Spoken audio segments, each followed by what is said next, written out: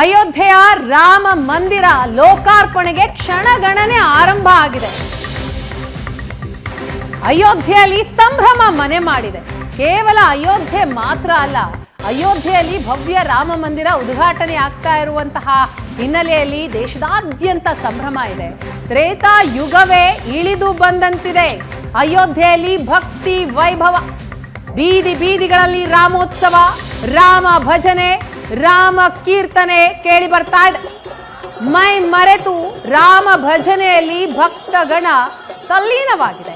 ದೃಶ್ಯದಲ್ಲಿ ನೋಡ್ತಾ ಇದ್ದೀವಿ, ಭಕ್ತಿಯಲ್ಲಿ ಕುಣಿದು ಕುಪ್ಪಳಿಸ್ತಾ ಇದ್ದಾರೆ ಭಕ್ತರು. ಲತಾ ಮಂಗೇಶ್ಕರ್ ವೃತ್ತದಲ್ಲಿ ಕಲಾವಿದರಿಂದ ನೃತ್ಯ ಸೇವೆಯೂ ಕೂಡ ಆಗ್ತಾ ಇದೆ. ಆ ದೃಶ್ಯವನ್ನ ನೋಡ್ತಾ ಇದ್ದೀರಿ. ದೇಶದೆಲ್ಲೆಡೆಯಿಂದ ಕಲಾವಿದರು ಅಯೋಧ್ಯೆಗೆ ಹರಿದು ಬರ್ತಾ ಇದ್ದಾರೆ, ಗಾಯಕರು ಬರ್ತಾ ಇದ್ದಾರೆ, ರಾಮೋತ್ಸವದಲ್ಲಿ ಭಾಗಿಯಾಗಿದ್ದಾರೆ. ಹಾಡು ಕುಣಿದು ಸಂಭ್ರಮಿಸ್ತಾ ಇದ್ದಾರೆ.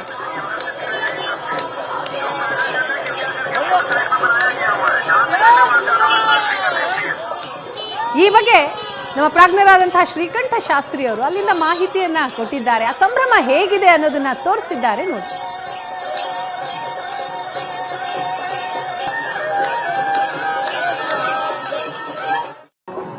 ನಮ್ಗೆ ಝಾನ್ಸಿ ರಾಣಿ ಲಕ್ಷ್ಮೀಬಾಯಿ ಚೆನ್ನಾಗಿ ಗೊತ್ತಿರ್ತಾರೆ. ಯಾಕಂದ್ರೆ ಬ್ರಿಟಿಷರ ವಿರುದ್ಧ ಹೋರಾಡಿರ್ತಕ್ಕಂತಹ ವೀರ ನಾರಿ.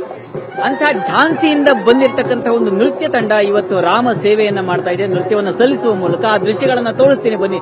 ತುಂಬಾ ಚೆನ್ನಾಗಿದೆ. ಇಲ್ಲಿನ ವಾತಾವರಣವನ್ನು ನೋಡ್ತಾ ಇದ್ರೆ ಮೈ ತುಂಬಿ ಬರುತ್ತೆ.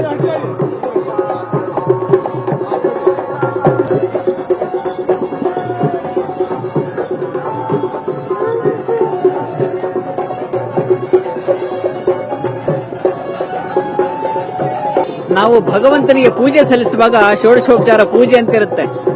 ಅಲ್ಲಿ ನೃತ್ಯಂ ಸಮರ್ಪಯಾಮಿ, ಗೀತಂ ಸಮರ್ಪಯಾಮಿ, ವಾದ್ಯಂ ಸಮರ್ಪಯಾಮಿ ಅಂತೆಲ್ಲ ಹೇಳುತ್ತೆ. ನೃತ್ಯವನ್ನ ಸಮರ್ಪಣೆ ಮಾಡ್ತಾ ಇದ್ದೀನಿ, ವಾದ್ಯ ಸಮರ್ಪಣೆ ಮಾಡ್ತಾ ಇದ್ದೀನಿ ಅಂತ.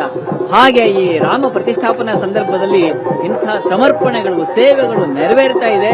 ಅಯೋಧ್ಯೆ ಧನ್ಯವಾಗ್ಬಿಟ್ಟಿದೆ.